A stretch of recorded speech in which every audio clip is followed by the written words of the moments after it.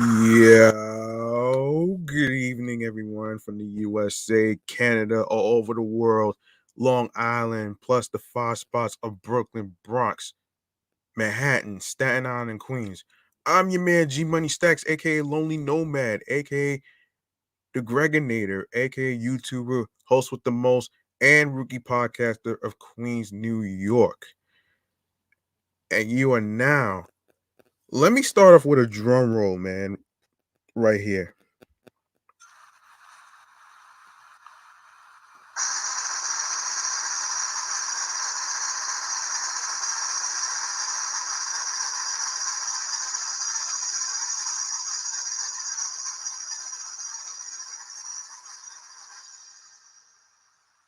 You're listening to the 89th episode and happy 1 year anniversary of Off the Meatrack Chainz New York podcast, episode 89.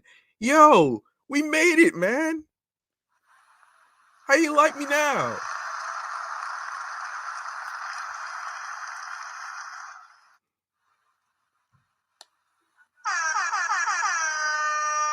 Yeah, a little more than that, man. Let's do this.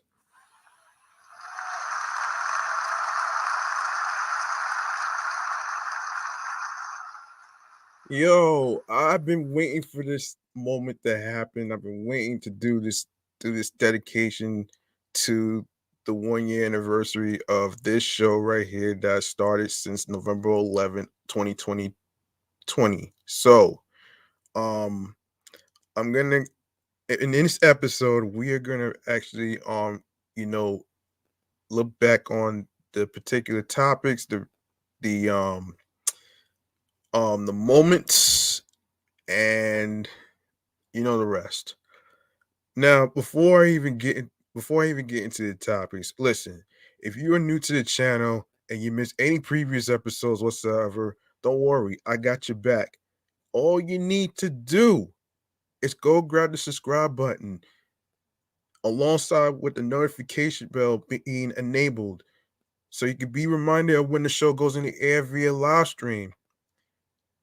Make sure you leave a like and a comment alongside with the topics and the episodes being discussed.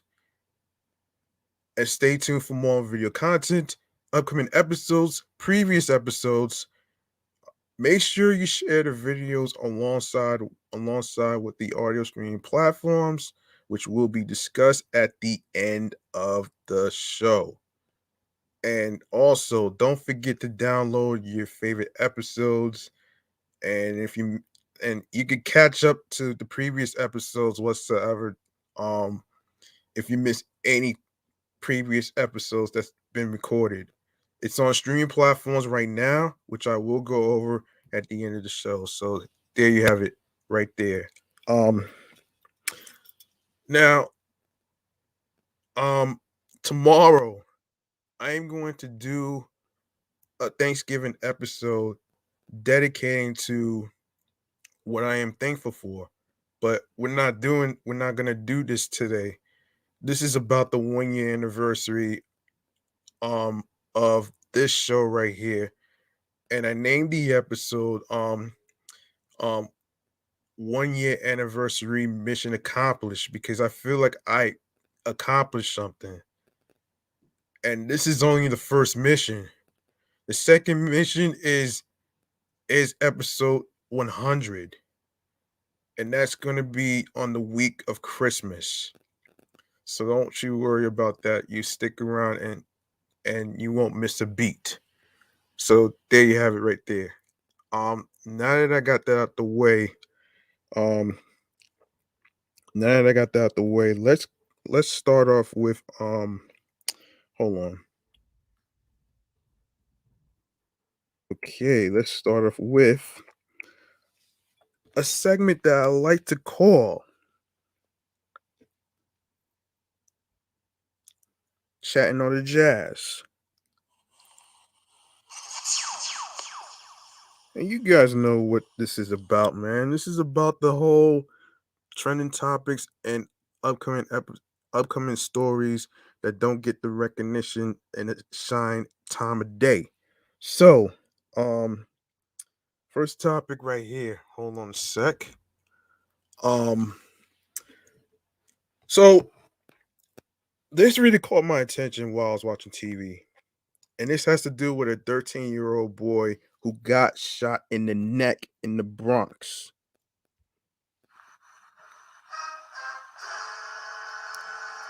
So this is what happened in this story right here. Listen to this. A 13-year-old boy was shot in the neck while walking to school in the Bronx in a random attack Tuesday morning, police said. Hubert Wiggs, um, age 34, allegedly opened fire around 7:20 a.m. on East 223rd Street near Broxwood Avenue, s- striking the teen in the neck, cops said.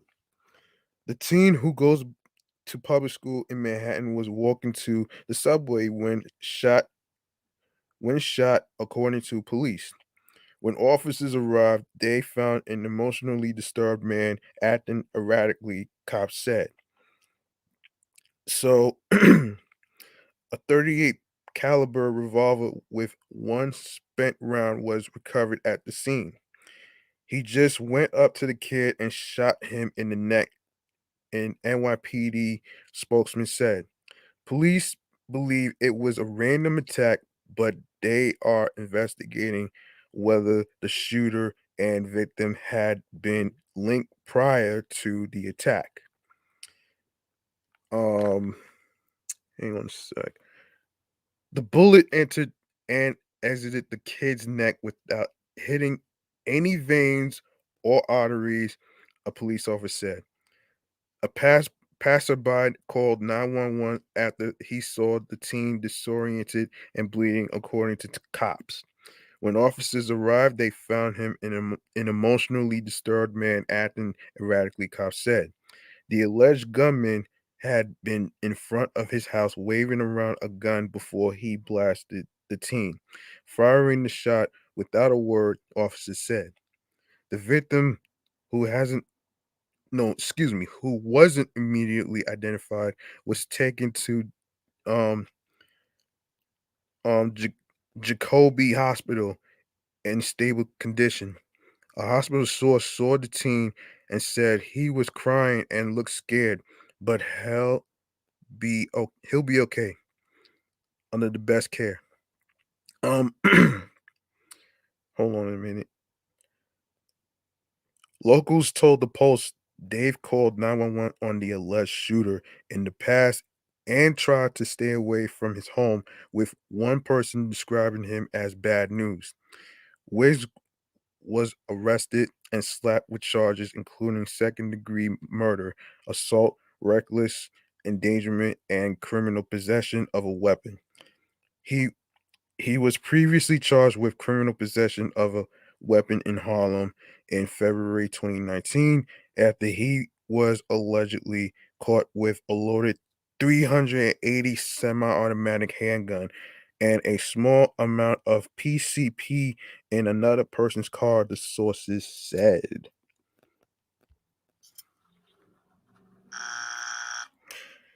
Wiggs was accused of getting into the driver's seat of a car without permission while a woman and child sat inside, sources said. He posted bond on that charge on June 1st of this year, according to the court clerk. Man, what is this guy thinking? Okay, what is this guy thinking? This is nuts. All right. Look, you hear about shootings not just only in the Bronx. You hear about that in the Bronx, of course, Manhattan, and of course, Brooklyn, and sometimes Staten Island. Look, it's not about everywhere. It's about certain areas that's making it bad for the people. Uh, How's that even fair to the parents of the 13-year-old that's lying there in the hospital in stable condition? And of course, luckily, he is going to make a recovery. So I say shame on the guy who shot an innocent 13-year-old out of the blue. And this is not, I can't have sympathy for for a lone gunman who is basically erratically on some nonchalant type shit. I can't have, I don't have sympathy or empathy for a lone gunman, regardless of the fucking mental health aspect. That's no excuse to shoot a 13-year-old boy. Like, what's my question is like this. What even possessed you to even do some shit like that? That part we may never know. So I'll leave that to the investigation of the cops. Anyway, um, so let's see. Let's see what else to talk about here. Um, give me a sec. Oh, right. Um, okay, let's talk about um all right. I know exactly what to talk about here. All right, let's talk about Childish Gambino. Um Now we haven't heard from this guy in a minute. So um here we go. So here it is. Donald Glover, aka Childish Gambino, has given fans their first glimpse of the eagerly anticipated third season of Atlanta. On Sunday, October 31st, the rapper, actor, comedian tweeted a link to um, Gilga.com, a mysterious website containing a teaser trailer for the forthcoming season of his Emmy winning FX show. Excuse me. It's no coincidence it arrived on Halloween. The 60-second clip is an eerie, spine chilling watch that paints the picture of a this dystopian world. Yeah, a dystopian world. There we go. The video features a series of cryptic scenes, including an empty, decaying theater, a mass of white chairs stacked chaotically on top of each other, and a peacock roaming free in a dimly lit bar. Soundtracked soundtracked by Sunrise. Um, it's after the end of the world. Um, Meanwhile, the second half of the teaser trailer includes a cameo from Alfred Paperboy Miles, Brian Tyree Henry, who is sat at the lead of a dining table wearing a Gucci style sweatshirt with the word fake on it, while a waiter and waitress stand facing the wall behind him. The camera slowly zooms in on his face as screeching sounds intensify. Um, intensify. The spooky, surreal clip ends with 2022, hinting at the third season's impending arrival. Hang on a sec. Let's do a little wow. Since then, he posted a number of updates. Wait, hold on. Wait a second. Work on Atlanta season 3 began in April when Donald Glover shared a photo of him and the rest of the main cast: Brian Tyree Henry, Lakeith Stanfield from No, I'm Not Interested. Um from the from Judas and the Black Messiah.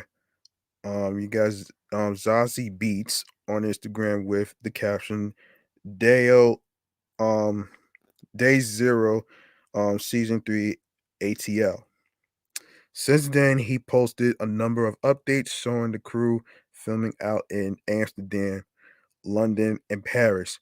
After all, Season 2 ended with Paperboy, Ernst, and Darius boarding a flight for a European tour, but not without a close shave with the law. Donald Glover certainly has high expectations for the third season of Atlanta. In quote, while I'm here, Atlanta, um, season 3 plus season 4 are going to be some of the best television ever made. He tweeted last November. Sopranos only ones who can touch us. Okay. Glover also compared the show to Kanye West's discography, likening the upcoming season to Ye's blockbuster 2007 release Graduation. Um, End quote. I aligned the seasons. I think to me, like Kanye Records, he said during an Emmys panel in 2018. End quote. I feel like this is our graduation.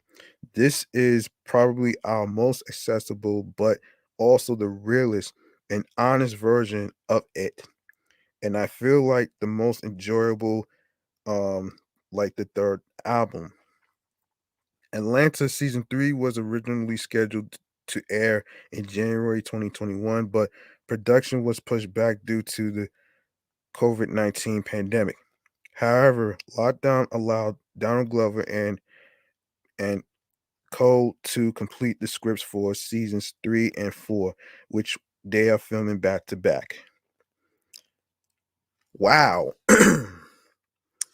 Wow, I'm really looking forward. I'm really looking forward to seeing this.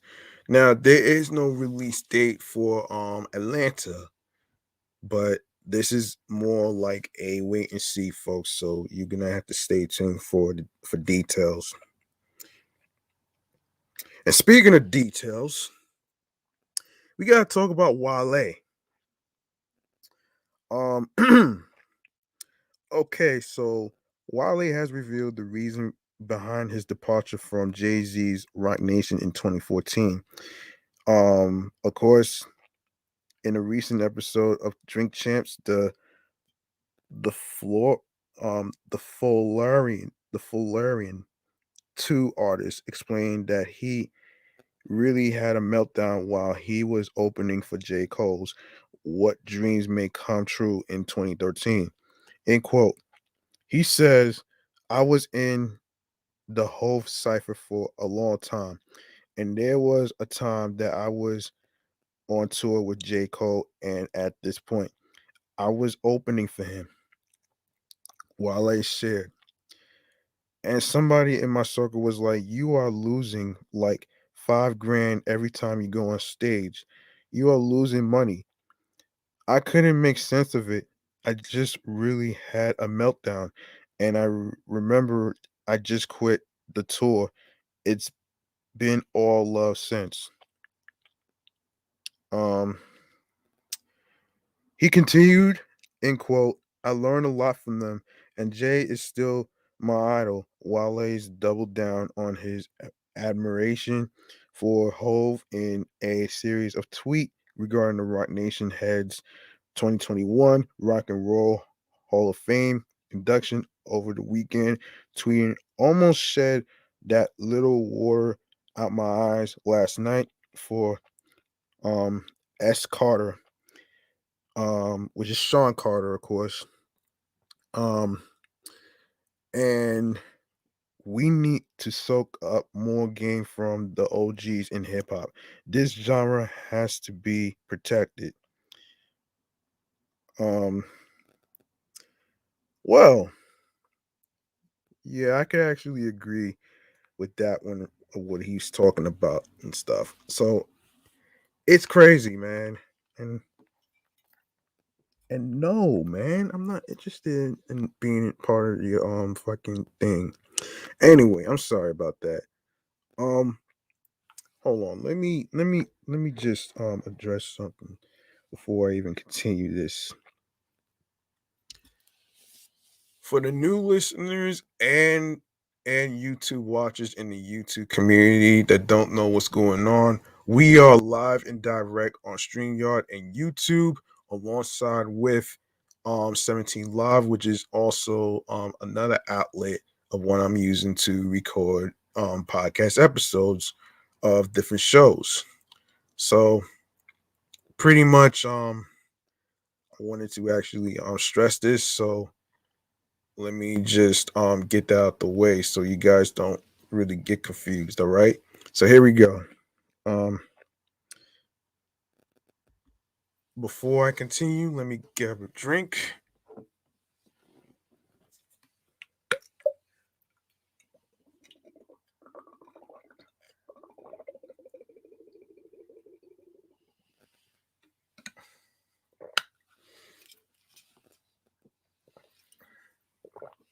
Okay. All right. Okay, speaking of which, um okay, let's talk about the box office for a sec. Of course, um the movie Ghostbusters Afterlife recently just came out, and of course, it starts strong with $44 million in the box office. King Richard whiffs. Not sure what that means, but let's get into this. Um, sorry. Um, can I just let me just close this. Hold on. Okay, so the box office ain't afraid of no ghost. Ghostbusters Afterlife, a sequel to the sci-fi comedy classic, collected 44 million in its opening weekend, a better than expected result. It's a sign that family audiences are willing to visit their local movie theater, provided there's something broadly entertaining to be found there.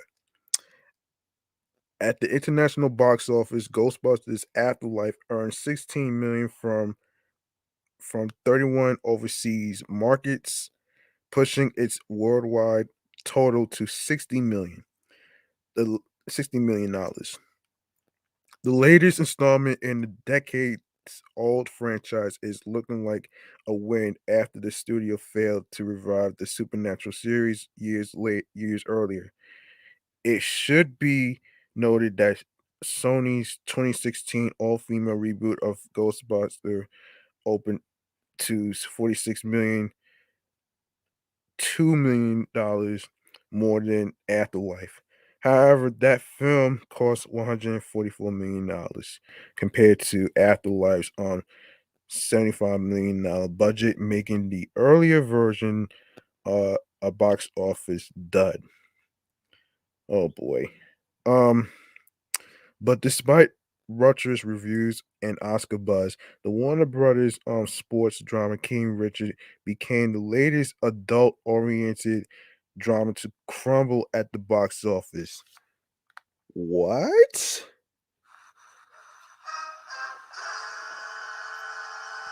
Yeah, the film starring Will Smith as the father of tennis legends Venus and Serena Williams, um, act, act out a meager of 5.7 million from 3,302 venues in North America.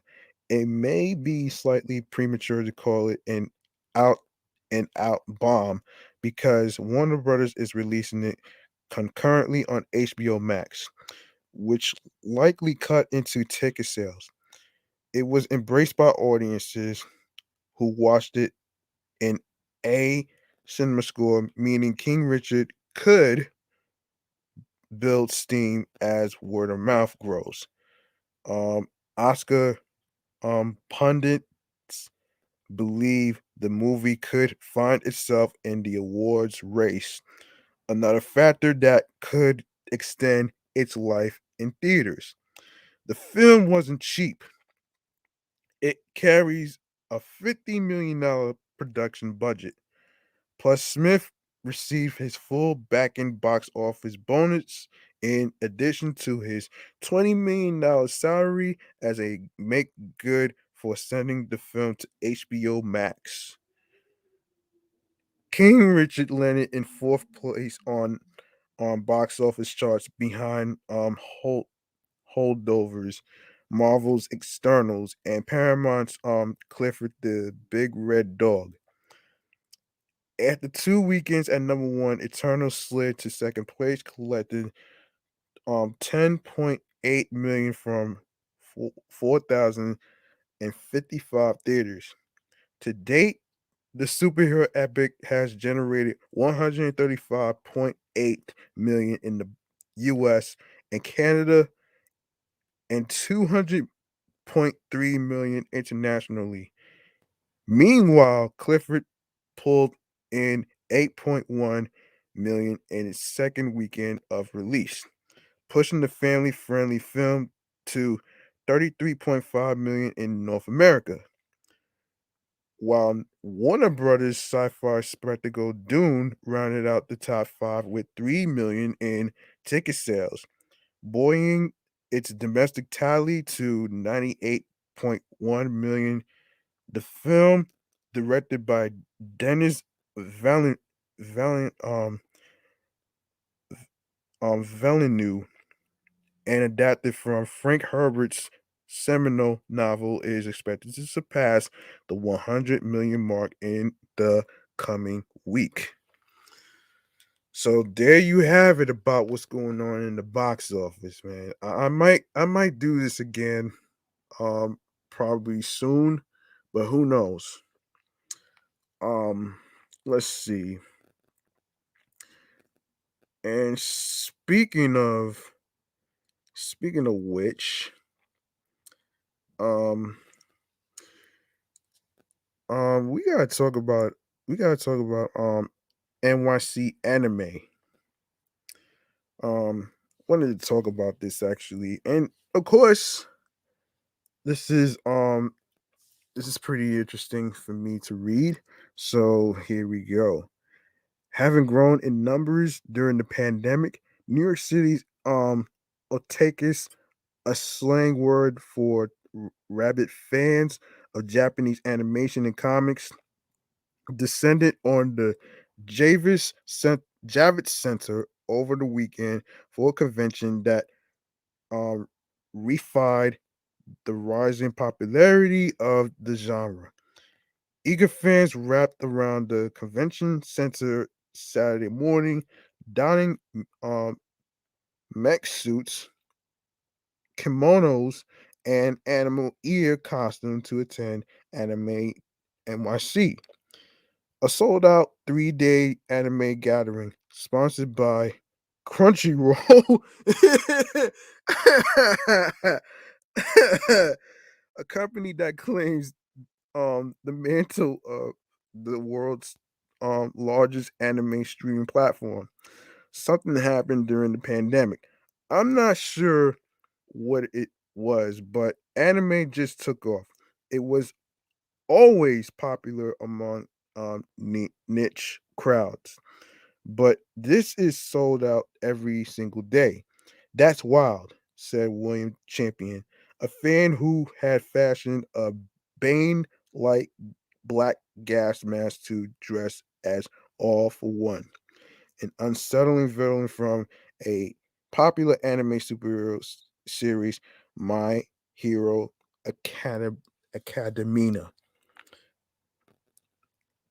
Um, Many fans told AMNY that they were attending an anime convention, or con for short, for the first time after being inspired by the rising popularity and mainstream cultural acceptance of their preferred medium through its proliferation in the age of streaming. The pandemic provided fans a lot of time on their hands to design, elaborate cosplays, a word and concept for handmade costume making that originated in Japan in the 1980s. Hold on a minute as I take a drink.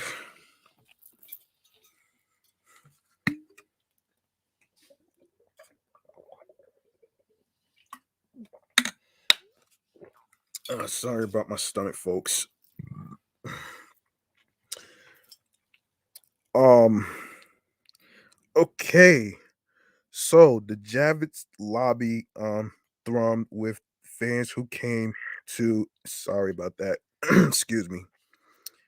Who came to mingle and showcase their costumes, which often involve fabricating complicated accessories like chainsaw hands, plas, plas, plasticine, plasticine tentacles, or customized suits of armor.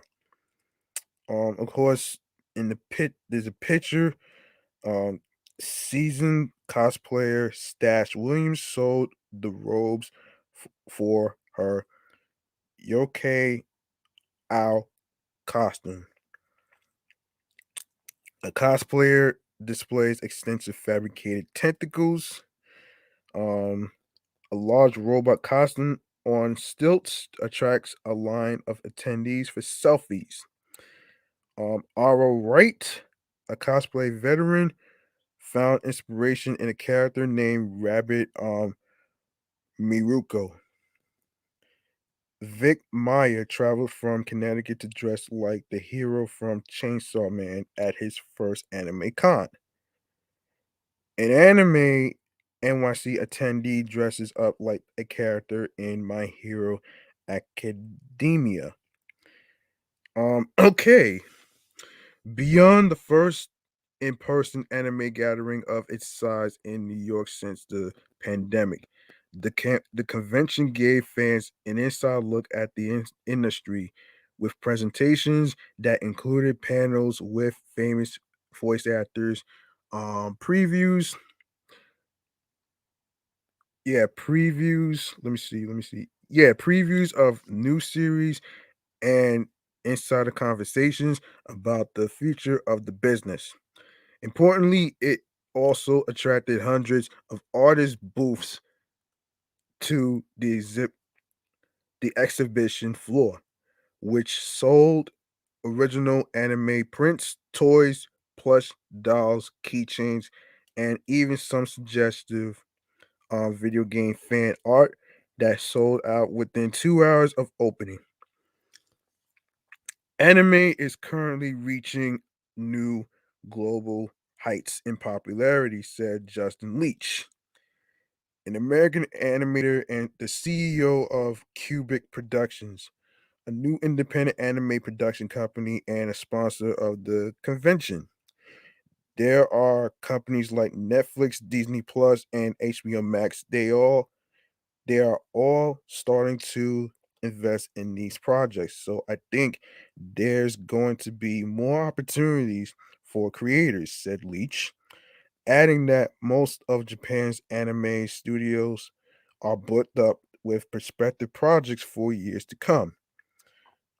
Of course, George Hilton, the founder of BlurredCon, leads a discussion on Black nerd culture.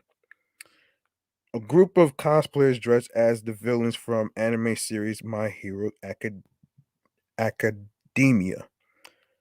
Um, Joe Baruchkin Wright poses as the eighth division captain from the anime series Bleach with the Vegeta's same monkey from Dragon Ball Z. Oh man. Oh wow. Wow. Wow, wow, wow, wow, wow, wow. That's very interesting.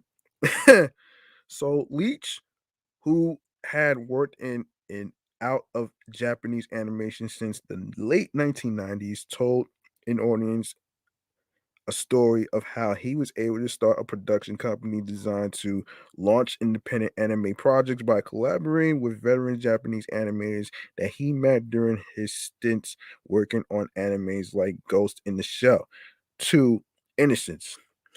Um, the companies represented at the convention range in size from scrappy newcomers like Leeches to Crunchyroll the genre stream giant and banner sponsor of the convention. Crunchyroll's recent acquisition by Sony for nearly $1.2 billion is an indication that corporate players have recognized anime as an important asset in the streaming wars.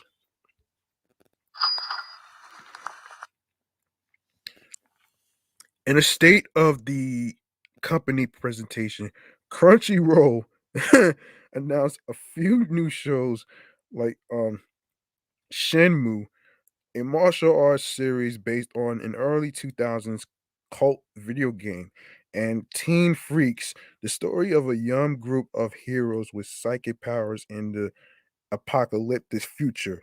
After it detailed its global business, standing with 5 million plus subscribers and 120 million registered users in over 200 countries. Um, but the popularization of anime hasn't just given opportunities to the big guys. Grave Weaver. I can't believe it. One of the, yo. Oh man. Oh man, this shit is mad funny. I'm sorry. Um one of hundreds of independent artists hawking prints at a booth on the exhibition floor said that she was happy to return to the con circuit to sell her wares. This is like the first win of cons that are coming open again. I came here to just meet the fans, and so far it's been great, said Weaver, who flew out from her home in California. Weaver pens a gothic anime webcomic called, in quote, I'm the Grim Reaper, which got picked up by a platform called Webtoon that aggregates anime cartoons.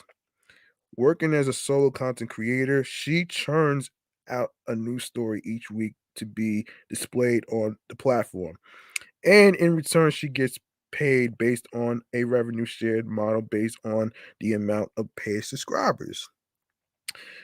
In quote, once you are on Webtoon Original, it's very easy to gain a following, said Weaver, whose following has catapulted to 1.5 million subscribers over the pandemic.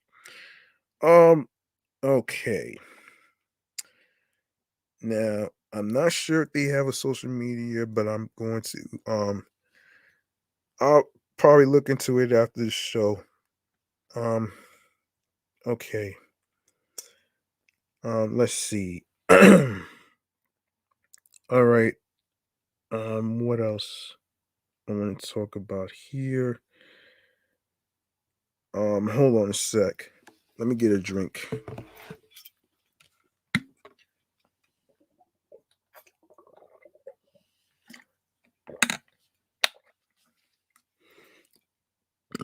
Excuse me. Hold on. Give me a second, folks.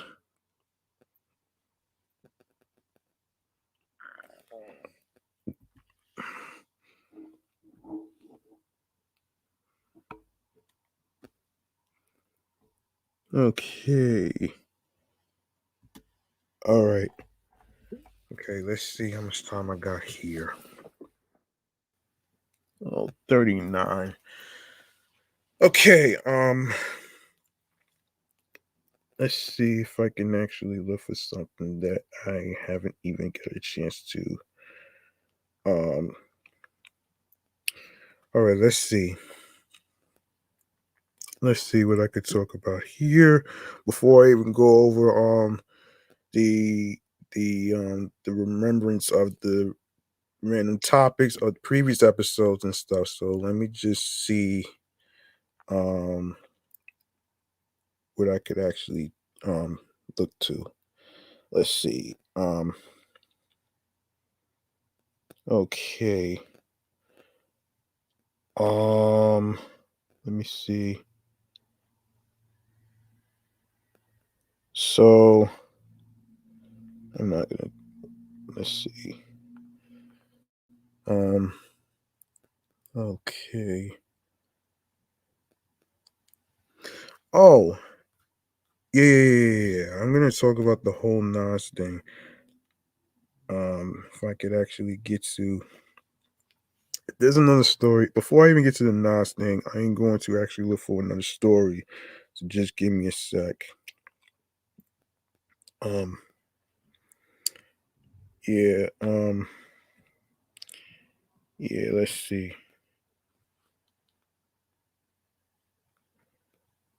Um. Okay, we're going to. Okay, we're gonna talk about. So.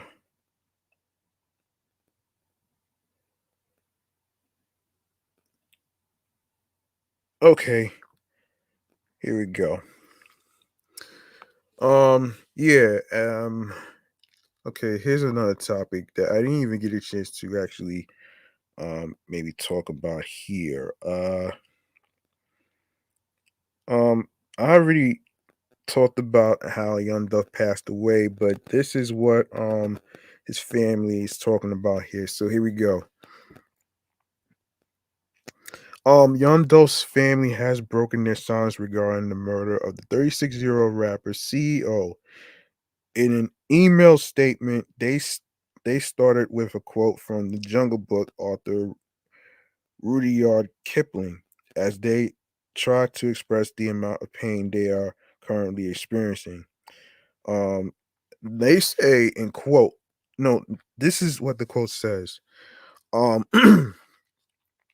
if you can talk with the crowd and keep your voice virtue, or walk with kings nor lose the common touch, if neither foes nor loving friends can hurt you, if all men count with you, but none too much, if you can fill the unforgiving minute with 60 seconds worth of distance run, yours is the earth and everything that's in it, and which is more, you'll be a man, my son. Um, Rudyard Kipling. Um, wow. So the statement continues. There are no words that exist that sufficiently express the pain we are feeling as a family. Losing a Dolph man changes our lives forever. And while we will take each day as it comes, we are comforted in knowing that he leaves a legacy that reflects his heart, a heart that was for his family, a heart that was for the people. We are grateful for the outpouring of love. We are grateful that his godly obligation to show kindness to the world is being acknowledged. As a family, we were blessed to call him our son, our nephew, our brother, our cousin, our partner, and our father. And now we have the honor of calling him our angel, a role he has always played. Um, Meanwhile, the Memphis Police Department is asking the community for patience as they work on solving the case. According to according to WREG3 News, Memphis Police Chief um, CJ Davis is warning people not get their information from social media. Right now, I think the community needs to understand that social media is fueling with a number of rumors and innuendo, not just about this investigation, but various other investigations, she said. Wednesday, November 24th, which is today, marks a full week since Young Dolph was shot and killed as he was visiting his favorite bakery, Makita's homemade cookies. While no suspects have been found, police believe they discovered the white Mercedes Benz used in the murder. The vehicle, which was located in the Orange Mound neighborhood over the weekend, has also been linked to a double shooting in nearby Covington. Trust that we are moving on this case. We are working on this case, and we don't really have any updated information that we can share right now. Said Chief CJ Davis. We are always concerned about the public and we want them to know that we believe the community is safe when it relates to this particular case. Even so, violence has continued to plague the community in the wake of Dolph's death. One man was shot near a makeshift memorial for Dolph on November 18th, while another man was killed just feet away from where the Mercedes was found. Wow. Wow. Yeah, so um, of course, you can't really imagine what it's like to lose somebody. You know what I mean? And yeah, and I'm actually fortunate enough that I'm not in violent situations because um that's just not my type of life that I want to be in. Of course, this is it's difficult, man. So let me just let's move on to the next story, man, shall we? Um another story. Oh, here we go. Of course, in honor of Thanksgiving, of course, with Thanksgiving coming up on Thursday, November 25th, um, rappers are giving back to their communities by setting up turkey drives across the country. Quavo is doing the same as he and his um Quavo Cares Foundation set up the Quavo Cares Turkey Drive in Atlanta on Tuesday, November 23rd. November 23rd. The event came in partnership with food delivery service GoPuff and food bank charity Feeding America. Um, no matter how far you go, you gotta take it back to where it began. Happy Thanksgiving. He captured a clip that captured moments from the turkey drive. It's also soundtracked by an upcoming Honcho track produced by Murder Beats. The Migos frontman threw on a puffy jacket and some Yeezy NSTLD boots to strut over to cars in the drive-through event and stuffed their trunks with turkeys on the go. He also posed with fans for selfies and spread some holiday cheer throughout the day. There was even a life-size Quavo mascot to hang out with everyone as well. Um, at one point, a young girl got out of her car and joined Quavo to help give out turkeys to the people of Atlanta. Honcho isn't the only one giving back to this holiday season. Little Baby and former Atlanta Falcons star Julio Jones hosted a turkey giveaway in Atlanta as well. Um, Ti put together his 16th annual turkey drive, and the baby made sure to help out the people in his hometown of Charlotte ahead of Turkey Day. Hmm. Wow. Wow. This is very dope, man. Giving back to the community in honor of Thanksgiving. Congrats to the Migos and everybody that's doing what they can for the people.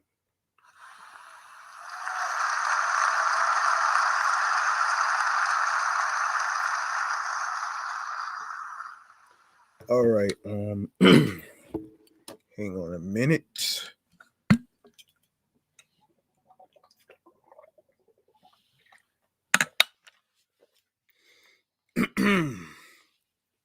Okay. All right. Here we go. Um no, I can't do that now. So, um we're gonna talk about Nas and Miss Info. All right. And I've been saving this, man, and I actually saw this. And I saw this on Spotify. I didn't get a chance to actually talk about actually listen to it actually. But I am going to give this a recommendation from when I bring back the segment of podcast juice of the week. So you would have to stay tuned for that either tomorrow or Saturday, depending on how much energy I have. Um anyway, so um Nas enters podcast game with The Bridge 50 Years of Hip Hop, co hosted by Miss Info.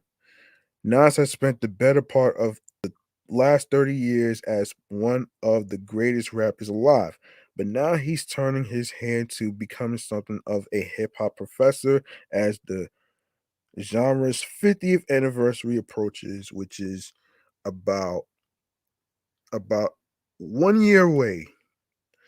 50th birthday is going to be in 2023.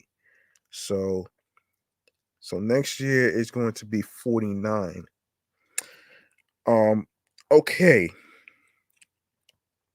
Following the launch of the hip hop storytelling series with outline educational platform Masterclass and news of his upcoming documentary on this seminal hip hop TV show Video Music Box. The Queensbridge rap icon has announced a new podcast with Miss Info, um, all titled The Bridge 50 Years of Hip Hop, coming exclusively to Spotify later this month, which is already out right now with like 3 or 4 episodes. I'm not too sure. Um, The Bridge positions itself as a hip hop history lesson in podcast form as Nas and Miss Info explore the culture's journey over the last 5 decades, as told by those who lived it. End quote. This is our community to go deep and explore how hip hop went from the microphones, turntables, and sound systems to big business and a worldwide cultural phenomenon. Nas says in the trailer for the new podcast series, which is produced by Spotify and Mass Appeal. Every week, me and Nas talk about our personal heroes and the creative forces that shaped hip hop and helped it grow. Adds Miss Info, who has spent decades as a respected radio personality and music journalist. She's famously penned the Source's 5 mic review of Nas' debut album, Illmatic, in 1994.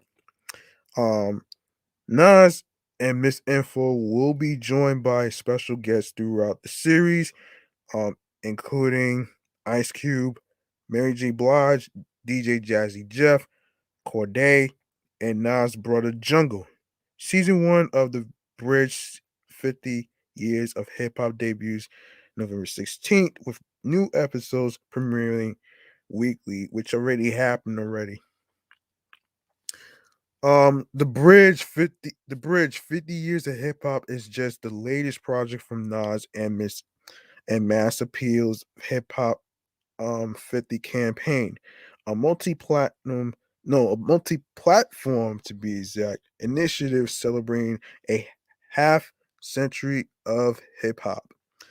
The slate also includes a series of documentaries airing on Showtime in December and Hip Hop 50, the soundtrack, a collection of new EPs from top tiers hip hop producers such as DJ Premier, Swizz Beats, and Hit Boy arriving in 2022.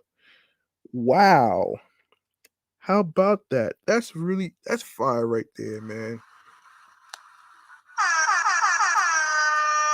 I can't wait to listen to this podcast. I can't wait though, man. You know what I mean?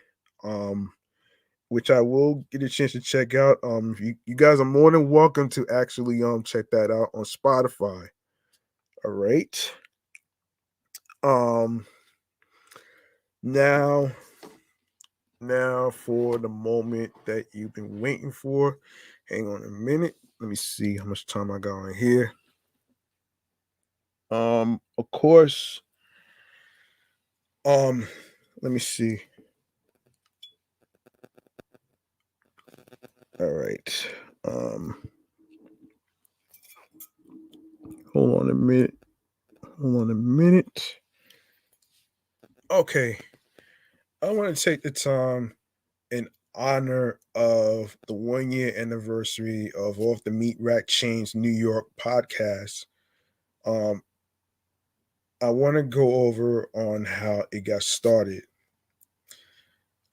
It got started from the time that we were actually struggling to figure out how to entertain ourselves during the slamdemic last year with the COVID-19 pandemic. The thing is, the reason I wanted to start the podcast is because because when I did the dedication episodes ago in regards to mental health in May. You guys are more than welcome to actually listen to those episodes in regards to Mental Health Awareness Month. So I wanted to actually create something in regards to, humor. And I believe that laughter is the best medicine when it comes to our mental health. Like you can't necessarily, take everything so serious. In some cases, there's some that might be taken seriously, but also you have to understand that you are a human being first. And I feel like, you know, bring why bring the humor to you guys. You know what I'm saying? I mean, that's the point of me starting a podcast. And lately, I've been helping out maybe one or two people who also wanted to start a podcast, and I actually and shouts to my cousin Will who reached out to me to start a podcast and wanted to know what type of equipments, which I will go over before the end of the show. All right. Now I want to highlight one of my favorite episodes that I did, and this was the first time I actually invited after we started, I actually had the chance to actually invite, the people who co-hosted with me. Um, I wanted to actually give a shout out to the homie B Live, who's also a streamer, who's also trying to get the reboot of In the Loop Radio's podcast happen. Not sure when that's going to come out. Um, of course, I'll never forget November 11th when me and Soul shout outs to Soul Live, man, for starting with me with the podcast, okay? And I also the reason why I'm shouting him out is because at the time I was looking for like an ill instrumental an ill instrumental theme song to the intro of the podcast, which you guys are able to hear on audio streaming platforms whatsoever. I couldn't do it for YouTube because of copyright reasons. So I'm not trying to get a lawsuit here. So I'm not trying to get canceled and shit. You know what I'm saying? So basically, shout outs to Soul Live, shout outs to B Live. Also shout out to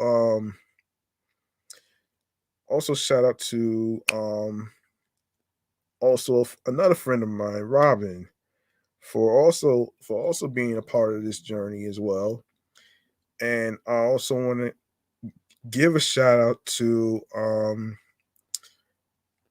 another good friend of mine who is a music producer and a singer and a DJ who goes by the name of No Tagami. Now, now you guys are more than welcome to actually follow Notagami on Instagram as far as, music and stuff, her performances and stuff. You know what I'm saying? Um, and speaking of my good friend Notagami, um, it's like maybe one or two episodes that's my favorite while I was recording with her. Um, in episode 18, I remember that I didn't know what a fucking feminist was. Because I was like, what is good? Because I didn't know what that was at first, because I've been hearing that shit a lot, and I was like, wait a minute, man. I don't have to be a fucking woman to be a feminist. I was like, yo, man. And I want to clear up another misconception from one of the idiots who said that you had to be a part of a committee to actually fucking be a feminist and shit like that to actually, you know support women that's doing good for themselves. Um let me tell you something, folks.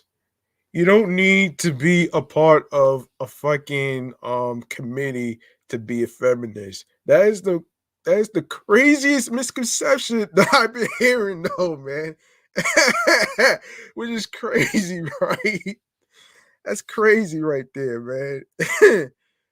Oh man. So wow. Oh man, that was like one of the highlight moments of episode 18. And of course, yeah, this episode 19. Oh man, I am not gonna forget episode 19 when me and her was talking about this idiot who goes by the name of Kevin Lovett. And I said this before because, and for those of you who may not know what I was talking about in terms of what this idiot did, basically we was talking about how he not only broke into a person's house, but he basically he basically um was jacking off to a fucking Tickle Me Elmo doll.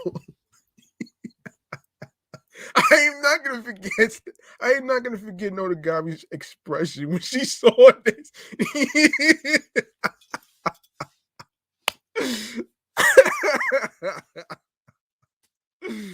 Oh man, that was like one of the that was like one of the highlights and shit, man.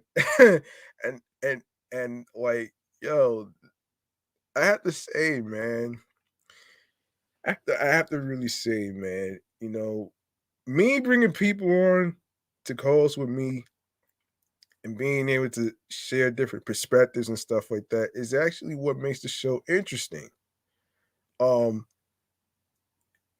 Also, what I brought to the show was, um, the amount of sound effects that I actually decided to record on my phone.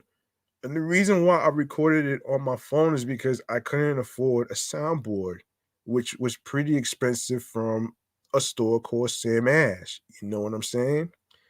The shit was so fucking expensive, so I decided to do a little something creative. So I figured, why not? You know what I mean? Um, oh man, oh my gosh, man. So something.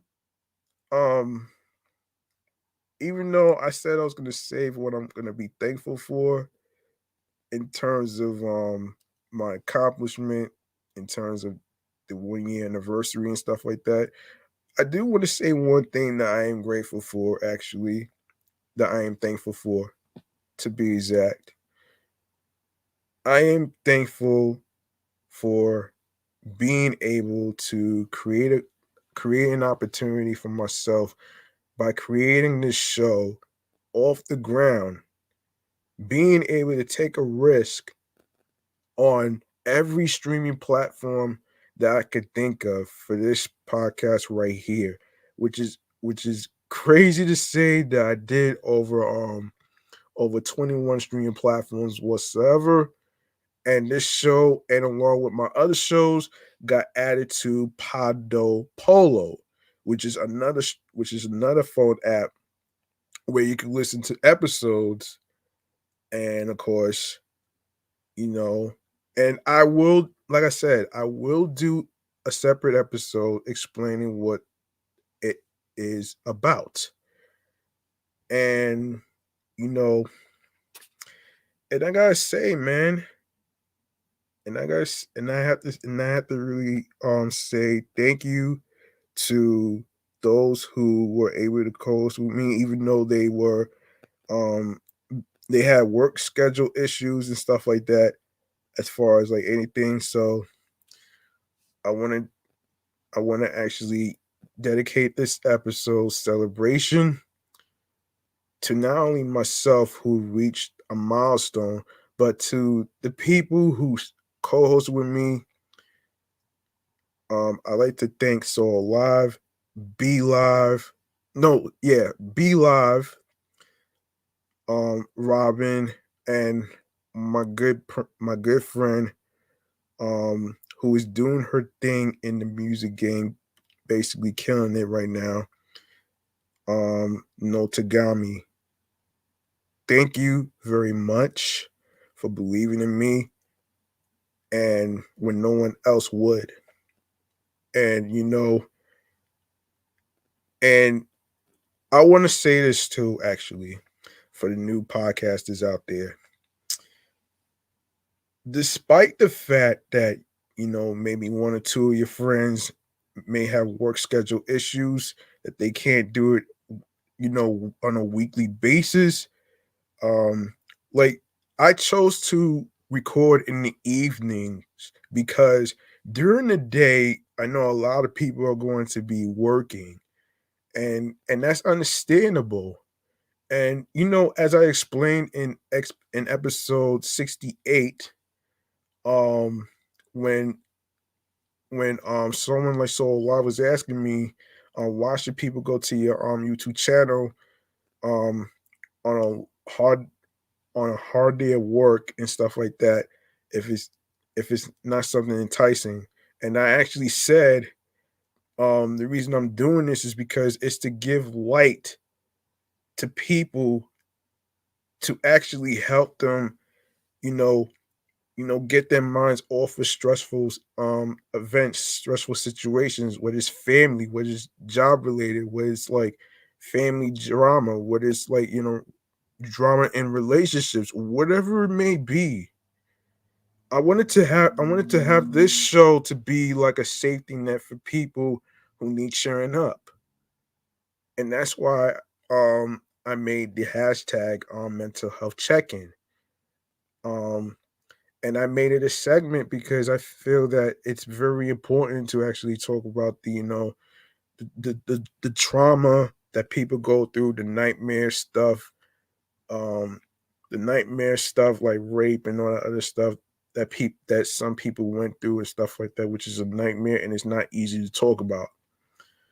So, you know, in order for you to relieve the pain and hurt that you're going through, you want to find something to listen to that can make you smile and, of course, relieve you of the hassle that you're going through.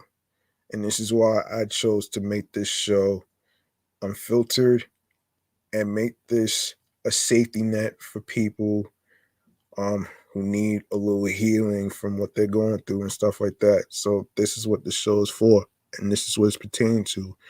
And this is basically about the trending top. Of course, I already said what the show is about already in the segment of chatting on the jazz, which is basically about the various topics in entertainment, music, of course, real life, and of course with other segments that with other stories that don't get the recognition.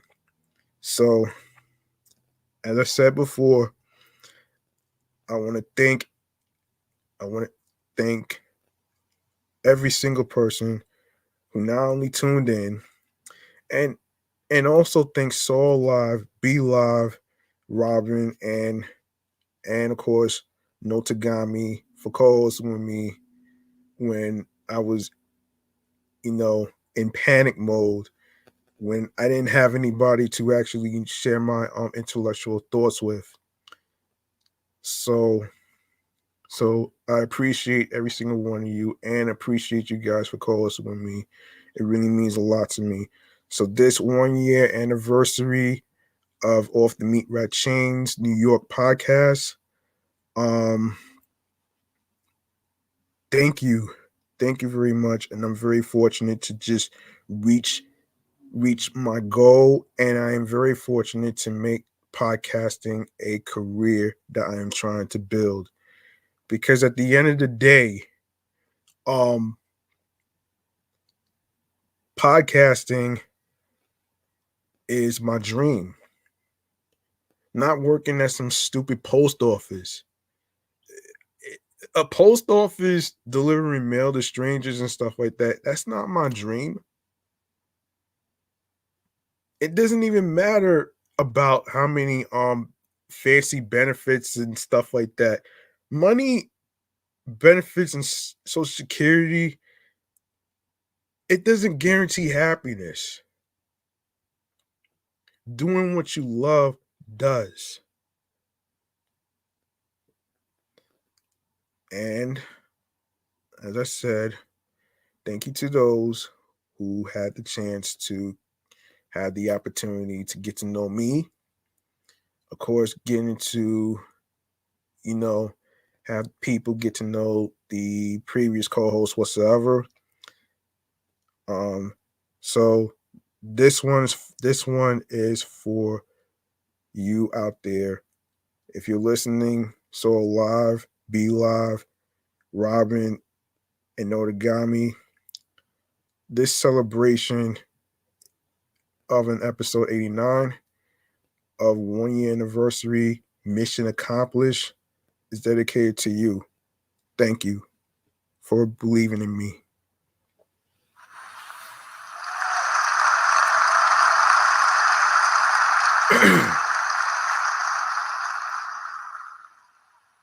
Yeah.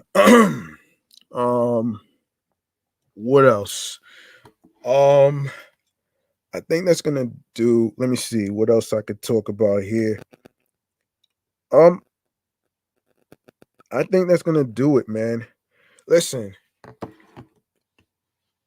if you like to show some if you like to make a charitable donation, feel free to show some love by making a charitable donation to my Cash App, which is $G Money Stacks 555.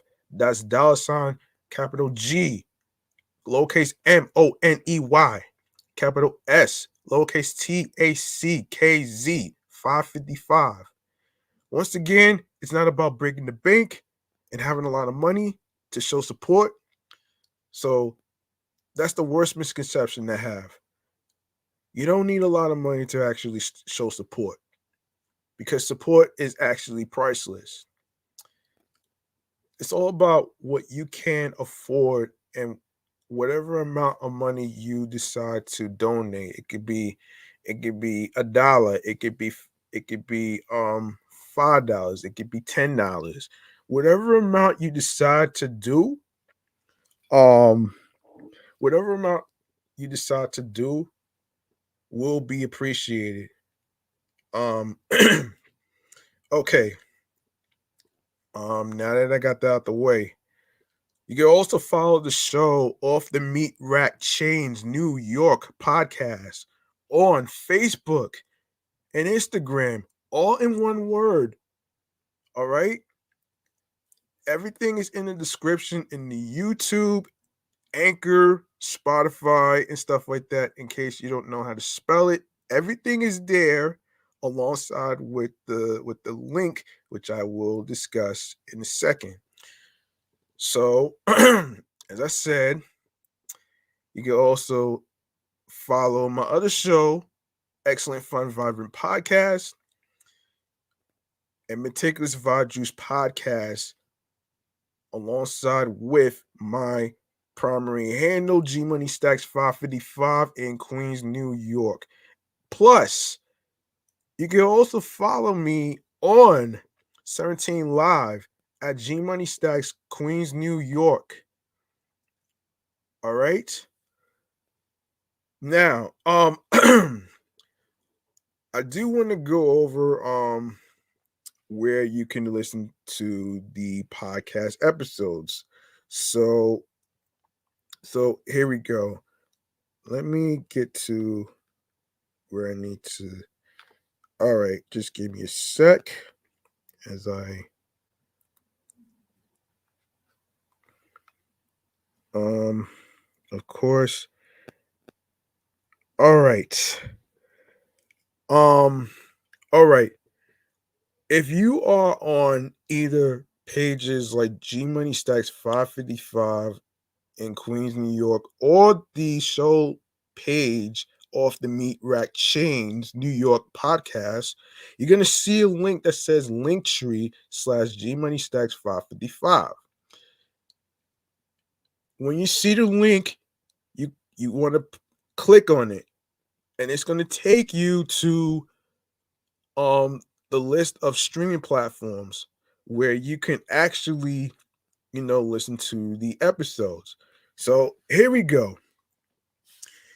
You can listen on Podorama, Anchor, Audacity, Spotify, Audio Burst, Deezer, TuneIn, plus Alexa, Player FM, Podchaser, Stitcher, Pocket Cast, Podcast Addict, Breaker, Castbox FM, Listen Notes, Podbay, Podfriend.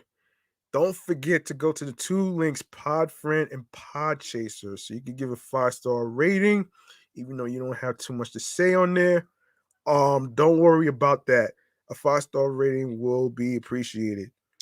We are also on the recent app that just got added with all the other shows that I just mentioned. Um, this show and along with the other shows, of course, Excellent Fun Vibrant Podcast, Meticulous Vibe Juice Podcast, and of course, this one right here, Off the Meatrack Chainz New York Podcast, has been added to a streaming platform called Podo Polo. Not to be confused with Marco Polo, folks. That shit is so funny, man. Anyway, anyway, let me continue this, man. All right. So Podo Polo, we are on Reason FM. We are on Google Podcasts. And don't forget to listen to the episodes of Off the Meatrack Chainz New York podcast on Amazon Music, Audible, and iHeartRadio, the number one app for music, radio, and podcast. And last but not least, the YouTube. Here's what you got to do here. Go grab the subscribe button on the channel page, G Money Stacks 555. Be sure to enable alerts alongside with the notification bell so you can be reminded on when the show goes in the air via live stream. Leave a like and a comment along with the topics, along with the episodes. Make sure you download your favorite episodes, all right? And, stay tuned for more video content, upcoming episodes, previous episodes. Tell a friend to another friend, spread the word. Make sure you share the videos alongside with sharing the podcast right here with the audio streaming platforms with the Linktree link that says Linktree/G Money Stacks 555, which is in the description. So don't worry about that. All right. Now, like I always say at the end of the show,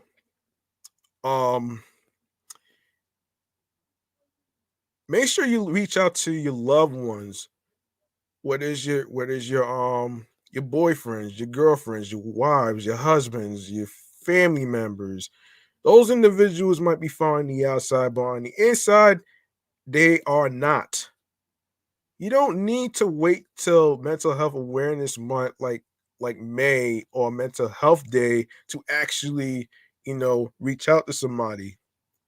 All right, you can't put a time frame on when you can reach out to somebody.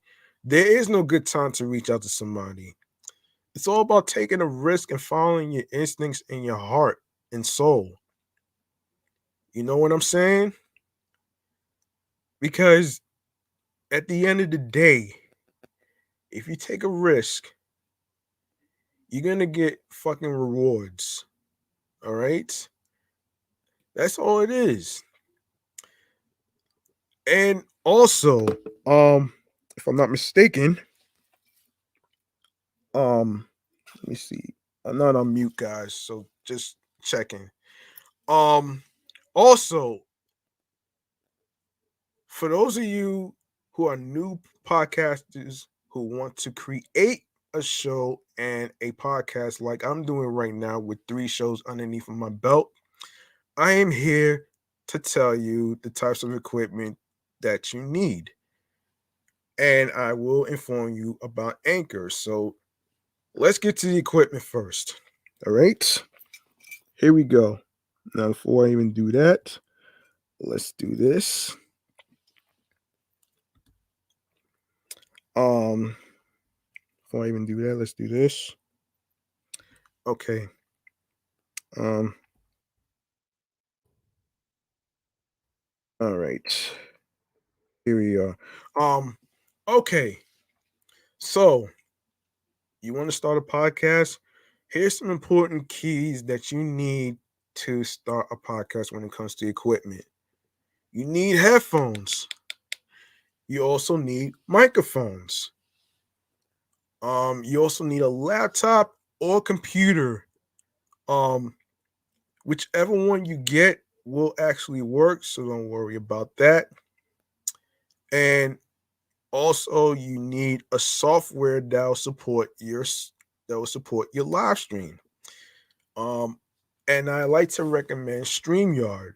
And the reason why I'm recommending StreamYard to you guys and the folks out there who want to start a podcast is because the thing about Zoom, when it comes to audio technical difficulties and stuff like that, it's not really good and it's not really wavy out there. So I feel like StreamYard is like 5 times better than Zoom. All right. And the features comes with a way for you to create banners, like talking points about um where people could follow you on, whether it's Twitter, whether it's Twitch, whether it's Facebook, whether it's 17 Live, whether it's Instagram as well.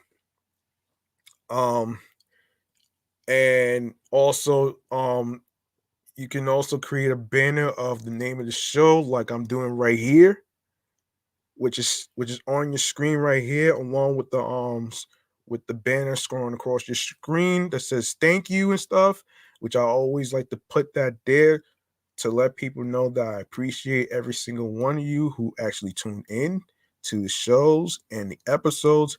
It really means a lot to me. Um and also, when you are creating the name of the show, you want to come up with a unique name that nobody has ever heard before. Um, you want to come up with a unique name that nobody has ever heard before. So what you want to do is actually, make sure it represents you. Don't worry about the fucking garbage burger haters from the hater mobile, right? Don't worry about them. Um, what you want to do after you create the name of the show and the meaning behind it and the story behind it and stuff like that, um, you want to let success speak for itself. And I'm pretty sure I'm not the only person that's trying to make a career out of podcasting. There's plenty of people out there that actually just started. Um, you know what I'm saying? When I bring back the segment podcast juice of the week, I'm going to recommend some podcast shows for you guys to listen to. So don't you worry about that one right there. Um, so there you have it, man. And also, the way you could the way you can show the haters, you picture them as food like pound cake or any other type of snacky or snackaroni you could think of, all right? The way you could the way you do this, you eat them up Homer Simpson style, like this.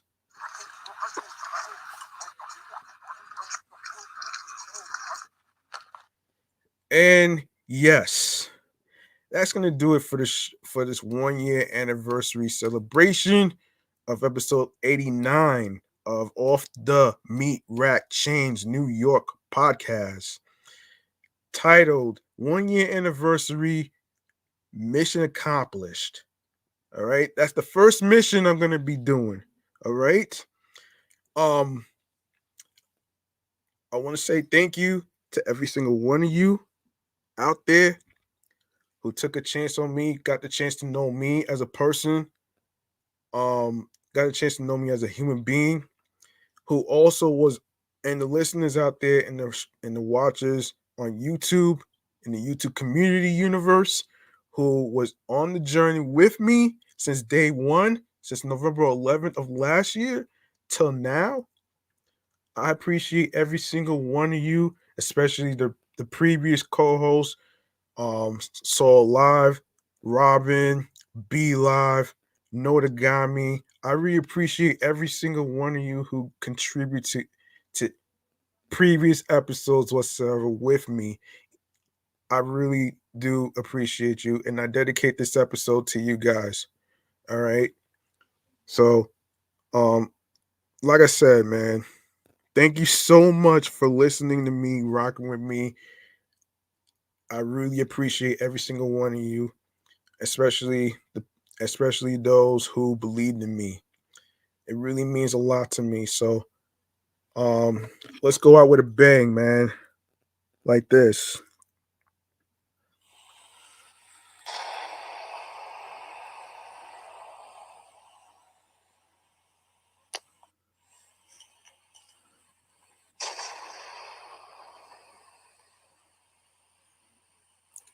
All right. I will see you next time. I'm G Money Stacks. Thank you so much for listening, rocking with me, and of course being able to get to know me better as a person. It really means a lot to me. There's gonna be more episodes, new topics to come. So be safe out there. Stay masked up. Make sure you have your water alongside with your Gatorade for energy and electrolytes, strength, and stamina. All right. Listen, peace and one love, and have a great night. And I hope you guys enjoy your Thanksgiving. Have yourself a good night.